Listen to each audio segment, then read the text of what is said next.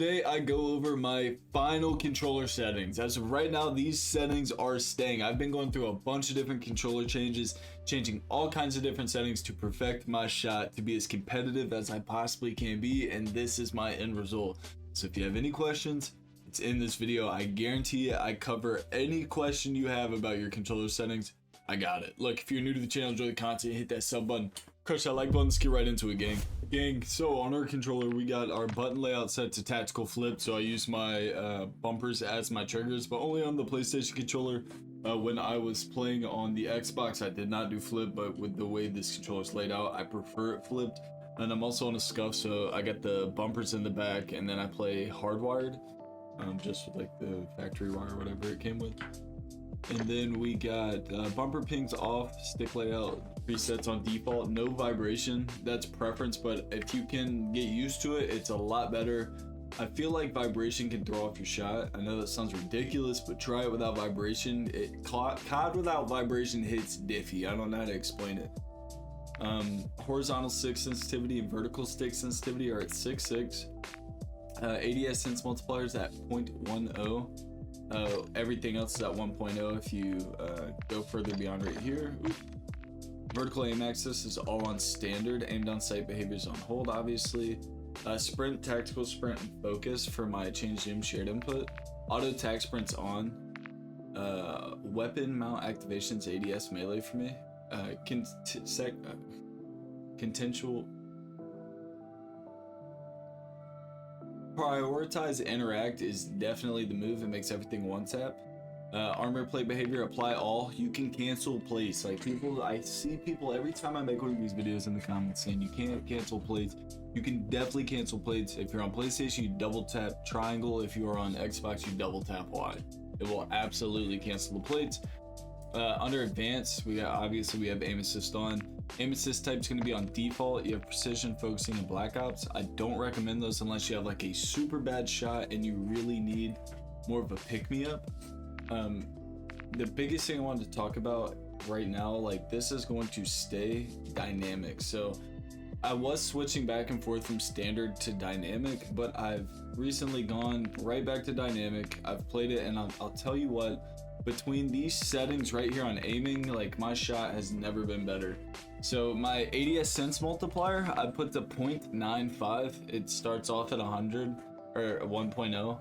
I moved it down to 0.95, and I noticed a difference almost immediately, honestly, with just like precision in general. When I'm ADSing and I got someone trying to run around or slide or dive, whatever, I can stay absolutely locked on and manage my recoil while staying on target.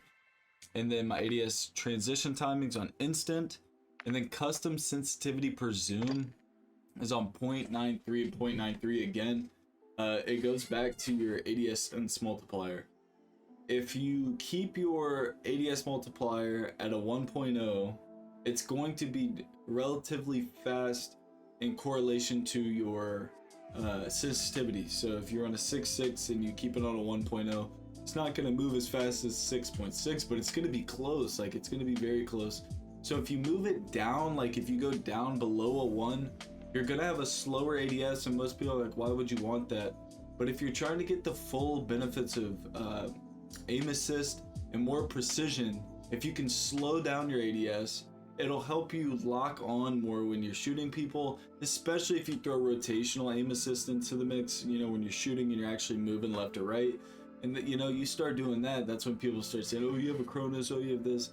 No, we're rocking the proper settings. And I'm telling you, like this tab right here, these settings are really what did it for me with controller. There's a few different things I like to do and recommend through my controller. Obviously, dead zone, stick drift, you know, I keep mine at 0.03. Controller's relatively new, added a few months. But if you have bad stick drift, you can adjust this and raise it up to get rid of that stick drift. And if you don't, you know, if you don't have any and you feel like you can go lower, you want to go as low as you can without having stick drift. Control orientation's up. Go past all these. Let's see. We got tactical sprint as a double tap, but I like the single tap sprint. Even though I use auto tac sprint, I just like having that set. Inverted slide and dive behavior. I Did not do this for the longest time. Like I was like, oh, that's silly, whatever. What a game changer putting inverted slide and dive behavior on. It was such a game changer. So instead of having to hold down the crouch button to dive, you tap it. And the reason I like this, if I'm getting fried, I'm behind cover, I don't have to like sit there and hold and be like, oh god, I hope I dive. I can just tap it and know I'm going to dive, and it gets you out of situations so much faster, because the slide in this game is absolutely sloppy. It's super chopped, so I don't recommend like trying to slide yourself out of the situation. The dive out of the situation is the move, I'm telling you, and you're not like breaking your controller trying to dive because you're mashing in the right stick. It's just a button click. So that was huge. Plunging underwater, I prefer movement. Parachute auto deploy is off. Sprinting door bash is on. The reason I turned this off, by the way, I don't, maybe I'm gearing this more towards like beginners. If you leave auto parachute deploy on, you won't be able to get lower to the ground before people as you're falling in. And what I mean is, like, if you and another guy are gunning it for a building and you're like, oh, I gotta beat him there. If you have auto deploy on and he doesn't, he's gonna pull the chute at the last second, get on the ground first and torch you. I mean, you have to turn that off. If you're trying to be competitive, trying to have an edge on players, you definitely want to turn that off. With that being said, don't, die to fall damage. Like, pull your chute.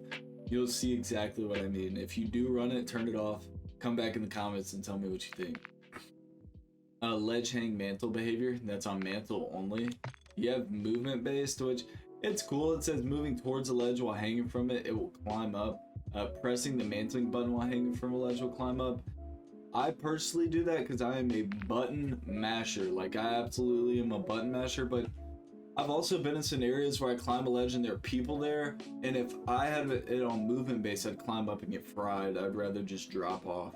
So I have mine on mantle only, but you'll see that's preference. A lot of people will probably run movement based. For me, mantle only. I like running mantle only. ADS stick swap is off. Backpack alternate controls, don't mess with any of that. Weapon mount movement exit is on. Mount delay is on medium. You can have short, but medium, I mean, I don't really see like a huge benefit of sitting here going to short. I mean, I can run short, but again, I don't think it's gonna do too much. It says choose how long a movement input must be held for exiting a weapon mount. Usually, if I'm done, I just let go of the stick. Like, that whole thing's in a pinch. I mean, I guess theoretically you could put it on short, and if you're in a panic, you'll get off.